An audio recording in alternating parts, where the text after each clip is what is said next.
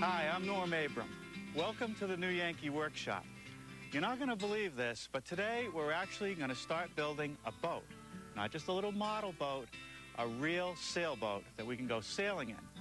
Now, we found the perfect sailboat in Seattle, Washington. I'll take you there next, right here on the New Yankee Workshop. The New Yankee Workshop features the craftsmanship of Norm Abram. This is Lake Union in the middle of the beautiful city of Seattle, Washington, where there are more boats per capita than any city in the world. And this is the Center for Wooden Boats, a place where visitors can come and see wooden boats of historical significance, and they can even take them out for a sail.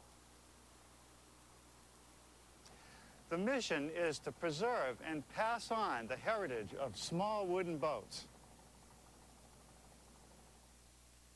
But today we're here to see a class boat called a Clancy.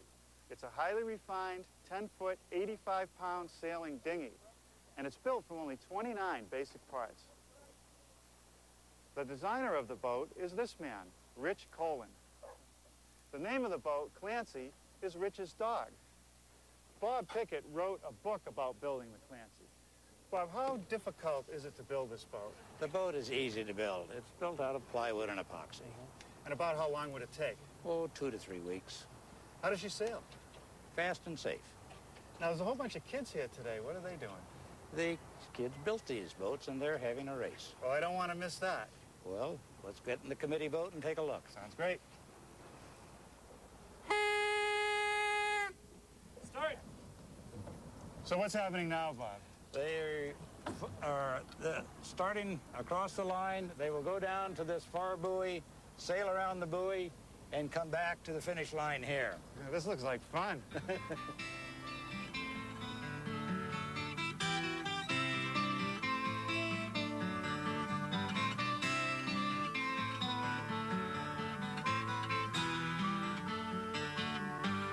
Well, I can tell you this, building a Clancy is a lot of fun. You should allow yourself several days to put it together.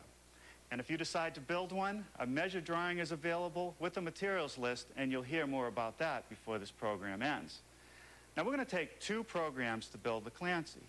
The first program, I want to get to this point, have the hull just about to this stage.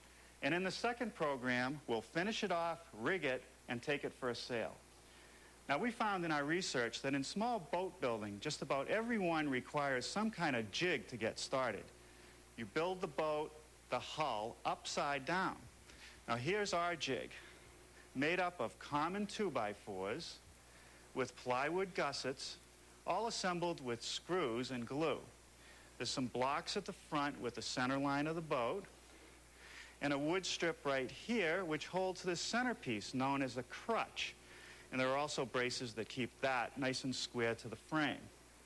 There's a center mold with a notch for the keelson, and the end is cut at an angle so that I can form the sides of the hull.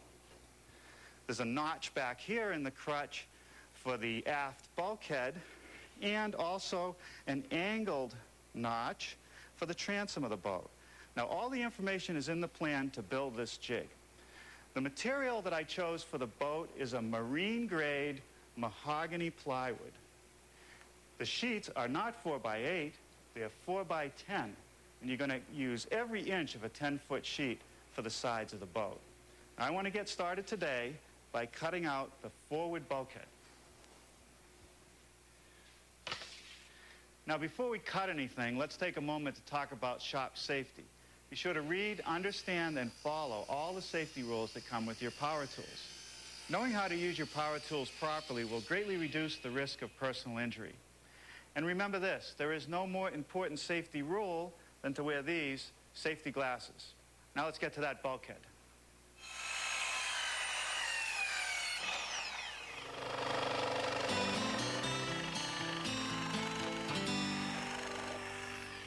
Now I'm ready to install the front bulkhead in the jig. And I want to make sure that the vertical center line on the bulkhead aligns with the center line of the jig. Then I'll attach it with the screw.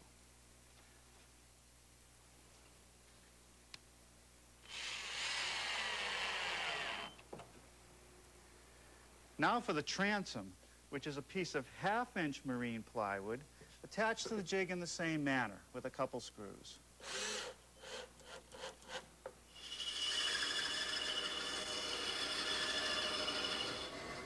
Now from a piece of 2x6 Douglas fir, I've just made the curved cut on a piece which will become the knee, and that piece goes between the transom and the keelson.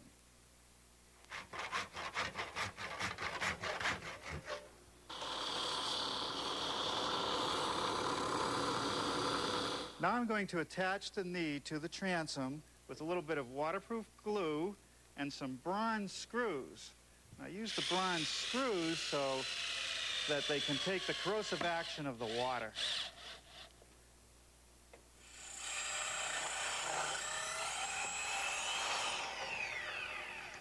Now this piece of Douglas fir is for the keelson. That's the part that you see inside the boat. The front end has to be tapered to fit the shape of the bow. The next piece to mill is this stem, which attaches to the keelson. It's a piece of 1¼ thick fir that needs to be tapered. To taper it, I'm using my tapering jig, and I've set the angle to the correct point and adjusted the fence.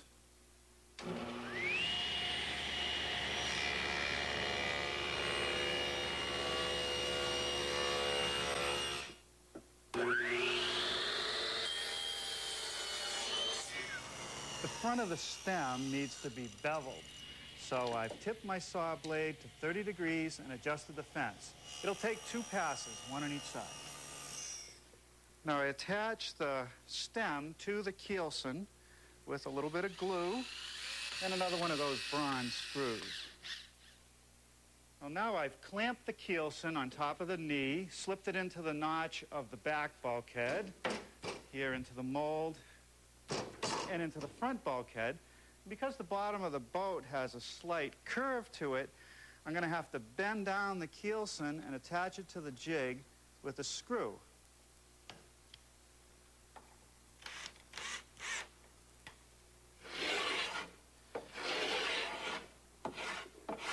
Now I want to bevel the entire bottom edge of the transom so that it's at the same angle as the keelson.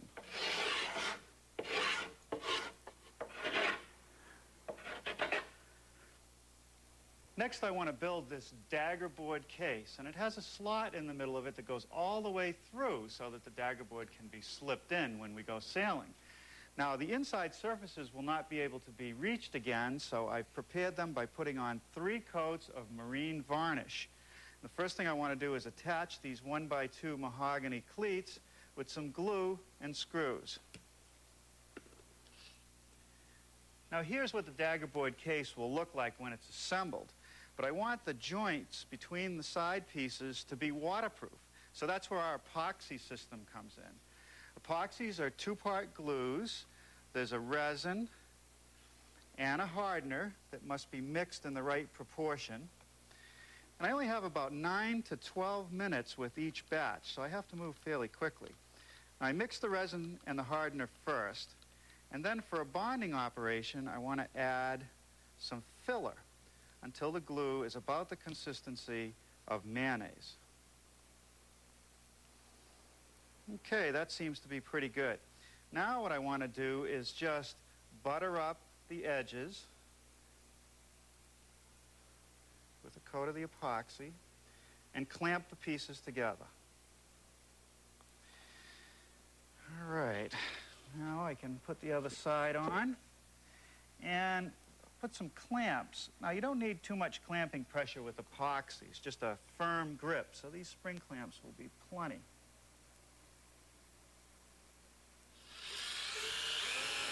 Now, we'll further secure the pieces together with a few bronze screws. Well, now let's clamp it in place. Now, with a pencil taped to a dowel, I want to reach up inside and mark out the area of the keelson that has to be cut. Now, with the dagger board case removed, I can transfer my marks to the top side of the keelson.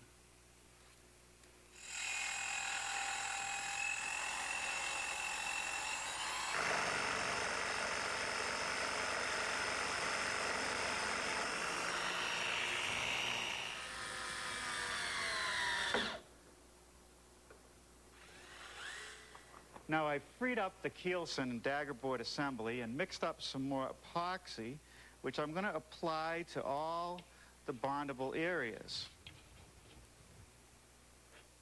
Okay, now I got to carefully set everything back in place, clamp it, and attach the pieces with some screws.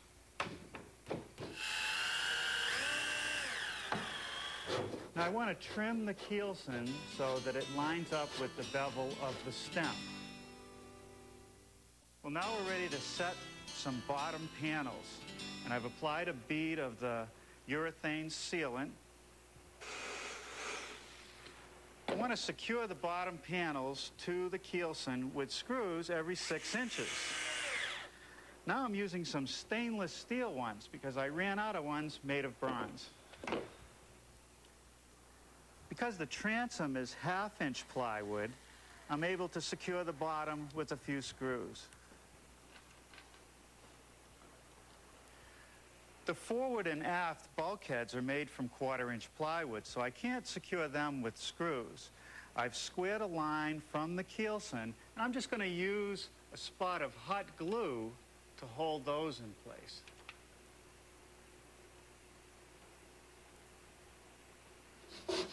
Well, I think the last thing that I'm going to do today is spend some time with my block plane, trimming the edges of the bottom so that it aligns with the center mold and both the forward and aft bulkheads. Well, as you can see, I already got started this morning, and I've put on one side, planed it even with the bottom, and rounded over the corners. Let me show you how I go about it. First, I mix up some epoxy, which I'm going to apply right along the stem. And I'm also going to put some on the edge of the transom. Now, the pot life on this epoxy is 20 minutes maximum, so I've got to move quickly. Well, now I'm ready to put the skin on. I did a dry fit a little earlier, so I know about where I want to set it. Just one screw for the moment, right at the top corner.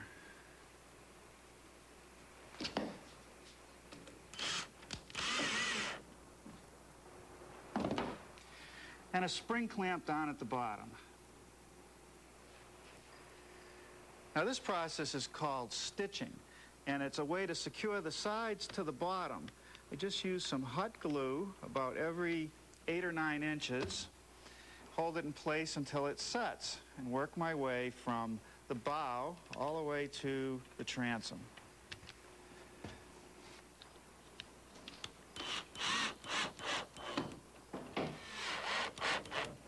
Okay, now the next task is to plane it even and round it over.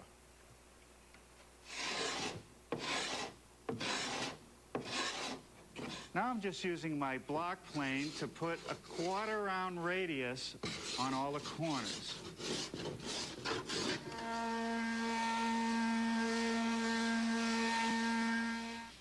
Next, I want to attach the keel to the bottom of the boat with some epoxy. So I want to clean all the mating surfaces with acetone.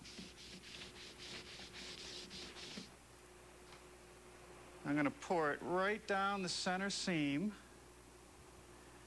and then I'm going to spread it with my putty knife.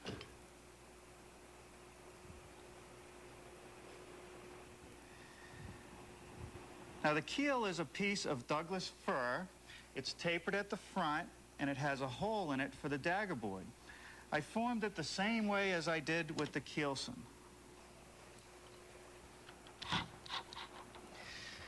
Now this stick acts as a guide to make sure everything is aligned through the daggerboard case.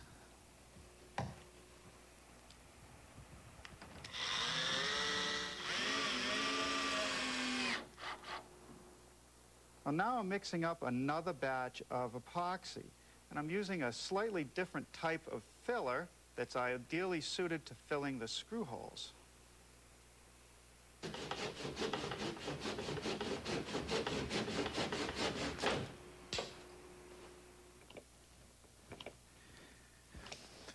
All right, more epoxy, but this time I won't use any fillers. Now the idea is to take this 4-inch fiberglass tape and drape it over every seam and tack it in place with some epoxy. Now you'll notice that the epoxy makes the tape clear. In fact, by the time I get done, you won't even know this fiberglass tape's there. All right, now I'm just going to pour a little line on the tape and using a plastic spatula, just saturate the tape. Now I got to move quickly before this epoxy sets up because there's another piece of tape that goes on top of this one to reinforce the joint. The point here is to work from the corner to the edges, removing any air bubbles. Well, the epoxy is set up overnight, and believe me, it's very hard. It'll even get harder over the next 4 days, so I want to get to taking down any excess. A paint scraper is great for trimming down the putty at the screw holes. On the fiberglass seams, I want to use the scraper to just knock down the edge, just getting rid of the little roughness on the edge. And then I want to turn to my sander and feather all the edges so that they just blend in with the wood. Now that's going to take some time.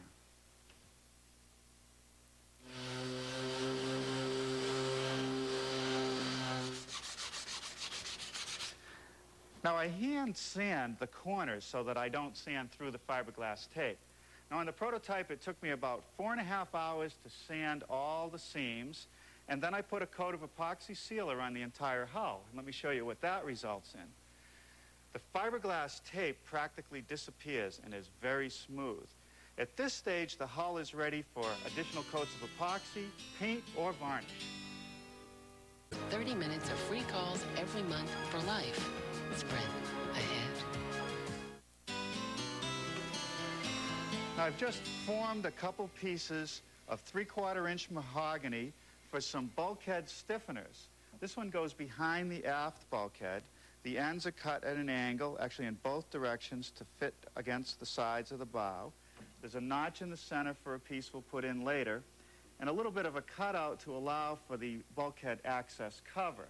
Now this one goes behind the bulkhead. It not only stiffens it, but it gives me a place to attach the deck structure later. Also at the bow I have these stiffeners, except there's two. Again, cut at an angle to fit the sides, and at the other end notch to fit around the daggerboard case. I want to use a little bit of glue and some screws to attach them in place.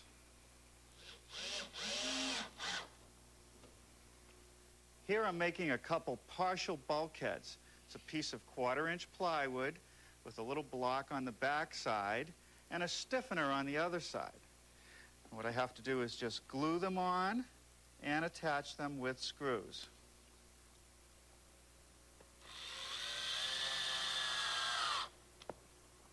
I've positioned the partial bulkheads halfway between the fore and aft bulkheads, and I have a level that I'm using as a straight edge.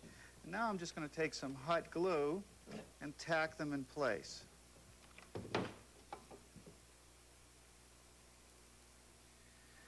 Now here I'm mixing another batch of epoxy with some filler in it so that I can bond together two thin pieces of plywood. Now this piece that I'm laminating is known as a carlin, and it connects the front, the mid, and aft bulkheads. Drop them in the slots at each bulkhead and bend it to the center. That's the reason I'm using two pieces of plywood rather than one, is because if it was 1/2-inch piece, I wouldn't be able to bend it this much.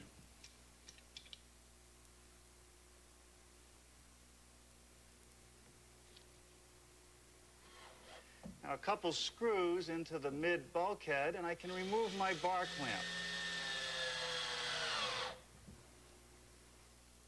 Now what I'm doing is starting a process known as filleting, where the stern meets the bottom or any side meets the bottom. There's a fairly sharp angle. So by using an epoxy mix with a filler in it, I create sort of a cove, and that gives me a much better bonding surface. Now before the filler sets up, I'm going to lay in my fiberglass tape and wet it with some straight epoxy mixture. Not only does this fiberglass and epoxy add a lot of strength to the boat, but it'll make the forward and aft compartments watertight, providing flotation. Now again, as we did with all the other seams, they're going to get doubled up with another layer of fiberglass. And I got to move quickly because I can't let that resin set up before the tape is in place. This piece of 1/2-inch plywood with the notch in it is the deck beam. And I'm going to start by just hot gluing it in place. This piece is filleted in and covered with fiberglass tape, just like I did in the watertight compartments. Now for the forward king plank. I've set some epoxy in all the mating surfaces, and I'll attach it with some screws.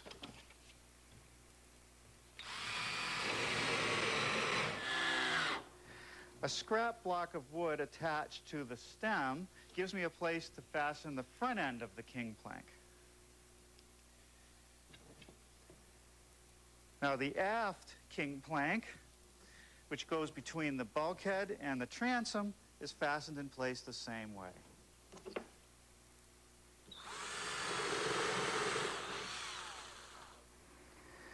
Now for the mast step. I'm putting down some adhesive first. And the mast step is made up of 2 pieces of 3/4-inch plywood with a 2 3/8-inch hole in the middle. And I'm going to attach it to the keelson with some 2 1/2-inch screws.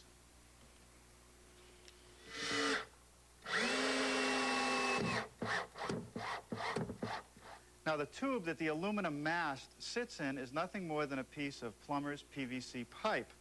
I'm just going to slip it down through the king plank into some adhesive in the block.